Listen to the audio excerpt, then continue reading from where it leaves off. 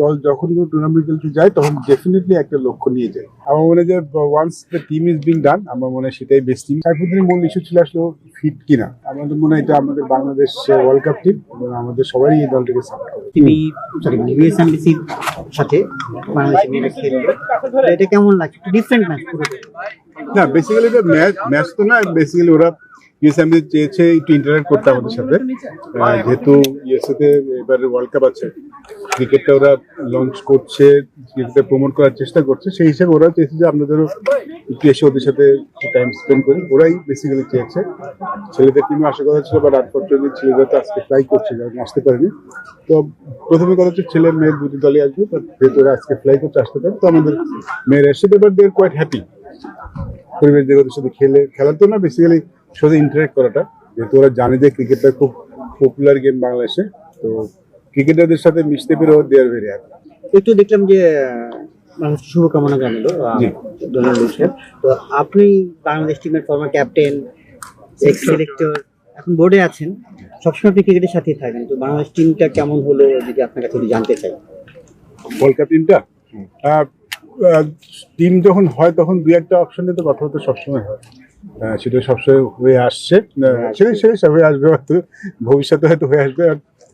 আমার মনে হয় যে once the team is being done, আমার মনে হয় সেটাই বেস্ট টিম মনে করি।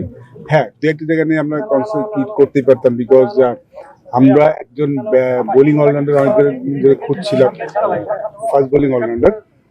সাইফুদ্দিন ইঞ্জুরি কারণ অনেকদিন বাইরে ছিল, তিনি ফিরেছিলেন, ডোমেস্টিকে মোটামুটি পারফর্ম করেছেন, বাট সাইফুদ্দিনের মূল ইস্যু ছিল আসলে ফিট কিনা। আমার মনে হয় ইজ ফিট, সেক্ষেত্রে সাইফুদ্দিনকে একটু বিবেচনা করা যেতে পারতো, বিকজ ওর অলরাউন্ডার অ্যাবিলিটি আমরা একটু কাজে লাগাতে পারতাম, হয়তো ওই জিম সিরিজে ওর ব্যাটিংটা আমরা একটু দেখতে পারতাম, সেই সুযোগটা ছিল কিন্তু একটু আগে ব্যাটিং নিয়ে, কারণ আমাদের আসলে খুব বেশি বোলার নেই যারা ব্যাটিং করতে পারে, ব্যাটিং এই ফর্মেট সাদা বলের ফর্মেটে, তো সেই অপশনটা আমরা অবশ্যই দেখতে পারতাম ডেফিনেটলি। বাট সিলেক্টর যেটা চিন্তা করেছে তাদের হয়তো নিশ্চয়ই কোনো যুক্তি আছে, তাদের কাছে সেই রিজনটা আছে। তো আমার মনে হয় যে যখন once team is being done, আমাদের মনে হয় এটা আমাদের বাংলাদেশ ওয়ার্ল্ড কাপ টিম এবং আমাদের সবারই এই দলটাকে সাপোর্ট করে। আমি যদি ডিরেক্ট একটা প্রশ্ন করি, আপনি যদি সিলেক্টেড থাকতেন এর থেকে অনেকবার ডিরেক্ট করা হয়েছে। বাংলাদেশ কিন্তু পারফরমেন্স করবে, আপনি বলতে আমরা সবাই চাই ভালো পারফরমেন্স। আসলে ম্যাচ খেললে পরে প্লেয়াররা যদি সেই জিনিসটা থাকে যে আমাদের একটা ম্যাচটা খেলতো নতুন একটা ভেন্যু, নতুন একটা জায়গা, অনেক প্লেয়ারই ন্যাশনাল বর্তমান টিমের যারা ইউএস এর উইকেট সম্পর্কে জানে না, আসলে বেসিক যে টেকনিক্যাল বা অনেকগুলো ব্যাপার থাকে যে খেলার মাঠে, আপনার কাছে কি মনে হয় যে বাইরের যত আলোচনা যা কিছু এগুলো কি ওমিট করে খেলার দিকে কোন দিকটা বেশি মানে ফোকাস করা দরকার? আমরা অনেক সময় বলে থাকি ব্যাটসম্যানের অ্যাপ্রোচ, বোলিং ডেলিভারি, এগুলো অনেক কিছু বেশি বলে থাকি, যেগুলো দৃষ্টিগোচর লাগে, ওই জায়গাটা যদি একটু বলতেন। আমি বুঝি না, মানে আমি বলছি যে ফোকাসটা কোন জায়গায়, ব্যাটিং অ্যাপ্রোচ, টিমের ফোকাসটা। ওকে, টিমের ফোকাস আমার দেখুন না, ইটস ভেরি ইম্পর্টেন্ট। যখন আমরা বড় টুর্নামেন্ট খেলতে যাই তখন আউটকামটা নিয়ে বেশি চিন্তা না করা উচিত, যে জিনিসটা কন্ট্রোল করা যাবে না সেই জিনিসটা কন্ট্রোল করার চেষ্টা করে। আমি বললাম যে don't try to control uncontrollable thing, যেটা কন্ট্রোল করতে পারো সেটা আমাদের নিয়ে চিন্তা করা উচিত না, কথা বলা উচিত না। আমরা যতই বলি দল নিয়ে কথা হবেই, যতই বলি যদি পারফরমেন্স খারাপ হয় সেটা নিয়ে কথা হবে, সমালোচনা হবে, খুব স্বাভাবিক।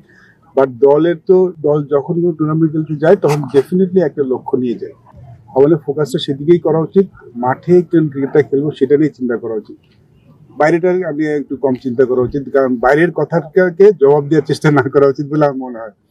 সেটা করতে গেলে আসলে পারফরমেন্সটা কম হয়।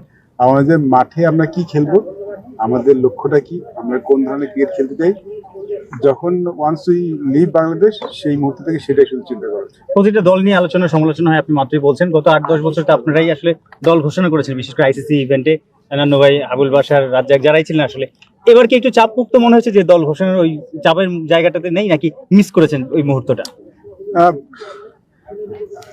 সিলেকশন তো সবসময় থাকবে না, ইটস কোয়াইট ন্যাচারাল।